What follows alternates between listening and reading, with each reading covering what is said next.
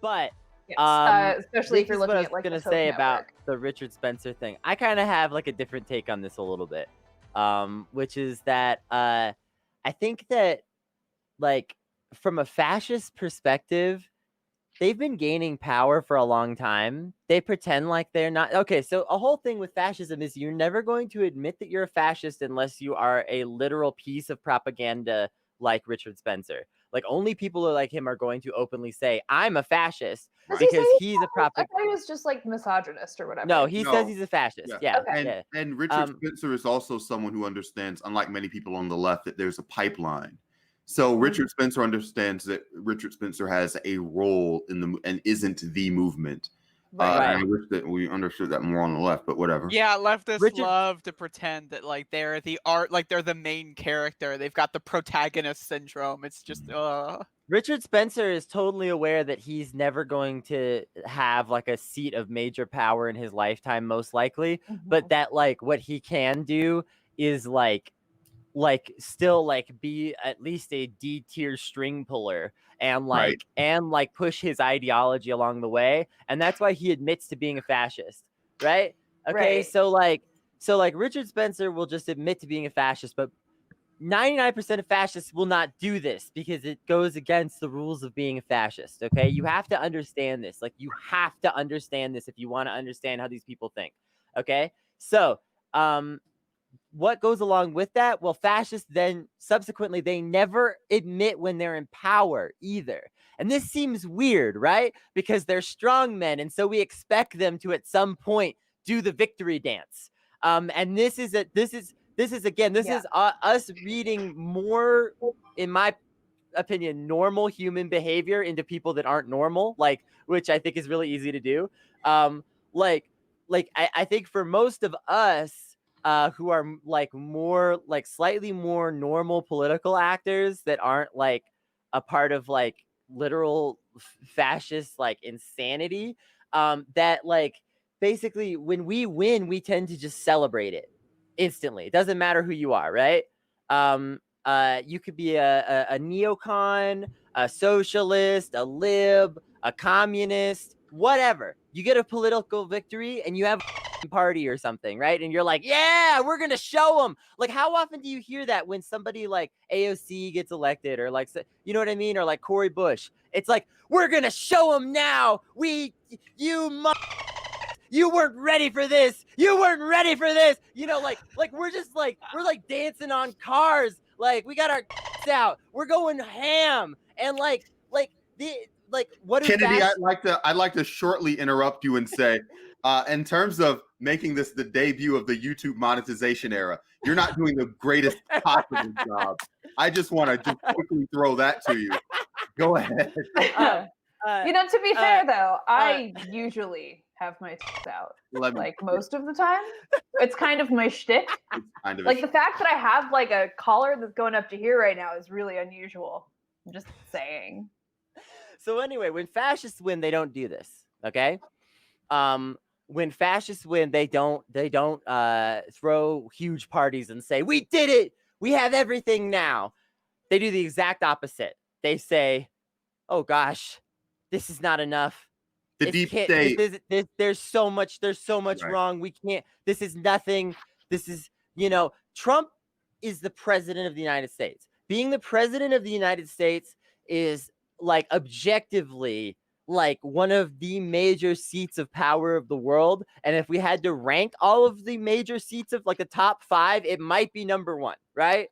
Okay. So like for like a government position anyway. Yes. So like the World Bank might be top 5. Right.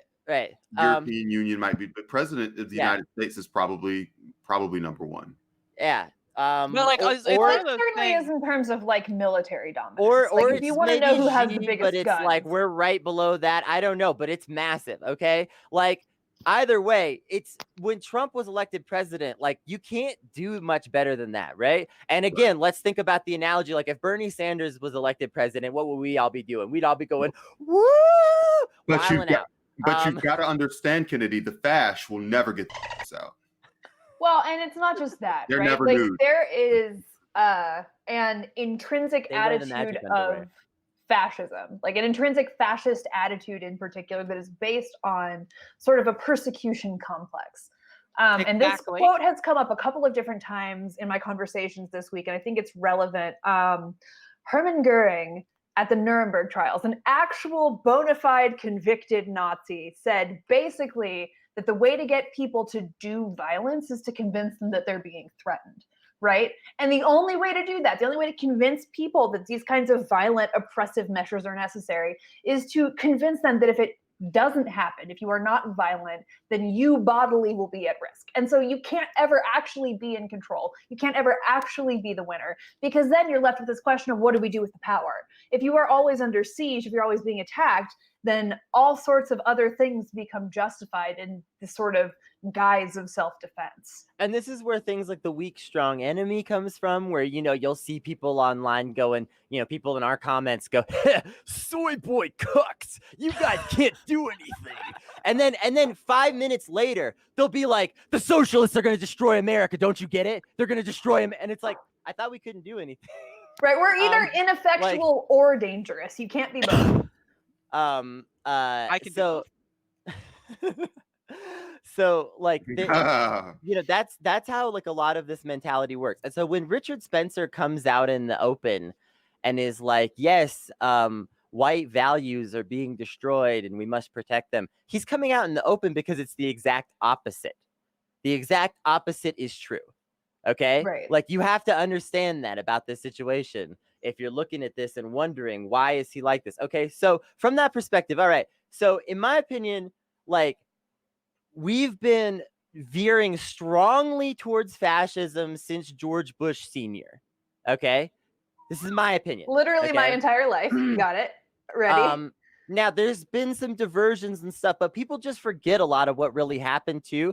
Clinton did a lot of imperialism, deported more people than Trump or Obama, and a lot of other things that people just have completely forgotten. Okay, so we've been veering towards fascism, like, not necessarily in a straight line, but in a relatively straight line since George Bush Sr., roughly, in my opinion. Okay. And there are some people who say that every president has been fascist, and honestly, I would kind of agree with you, but that's a whole nother story. I mean, I think it's just a matter of like the acceleration, like, yeah. You know, it was like there were definitely personally fascist presidents, you know, like Woodrow Wilson and stuff like that. But it's like, you know, it goes to a point where like some presidents would undo some stuff, and they'd have to like start from scratch sometimes. Yeah. But like Reagan and H-dubs really, or is where it's like just started skyrocketing. Yeah, well, and I think that was kind of around the same time Gingrich was rising to power too. So like there was this very discernible political shift around the time, frankly, our parents started really coming into power, where the game became much dirtier and much more underhanded and much more personal in terms of like the rhetoric they were using and the kind of outrage that they were tapping into, and the rhetorical strategies being centered around like really making the other person look ugly. And I'm not really sure why that happened. You know, this again happened like when I was an actual baby. So this has just been the background noise of my life. But if y'all have insights, I'm happy to hear them. Yeah, read The Wrecking Crew by Thomas Frank that literally discusses the rise of Gingrich. Oh yeah. And talks about the systemic kind of tearing down of institutions in terms of appointing like obvious flunkies to cabinet positions, or people who are in corporations where they directly profit from destroying, like you put like Captain Pollution in charge of the EPA or whatever. Right. All the Captain Planet villains have cabinet seats in the Trump administration. And that's kind of where all of that comes from.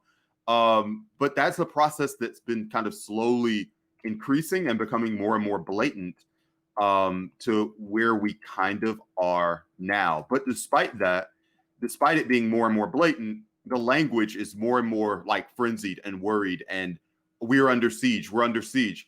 And, you know, what's the deep state? What's the deep state? And really, the apparatus of the state has really been hollowed out in the last 4 years. Like there is less of a deep state than ever before. Most people have quit and gotten out of there. But that makes it kind of ripe for takeover. It's why you have like a GOP convention, and the GOP is like, we don't really have a platform this year. It's just the Trumps. The platform is Trump. Right, exactly. Yeah, right. And this is good for them because depressing. they don't have to be responsible for, like, if it goes down, you know, it was Trump. And if it goes up, then, you know, it's still Trump. So they're going to get their cash. They're going to get their grift either way. I'd also like to point out Trump was joking today with the whole, if you really want to trigger the libs, say 12 more years. Just throwing that out there. Just throwing that out there. Just totally joking. normal. Yeah. Totally normal. Definitely not based on the same number of years that Putin's been serving. We've got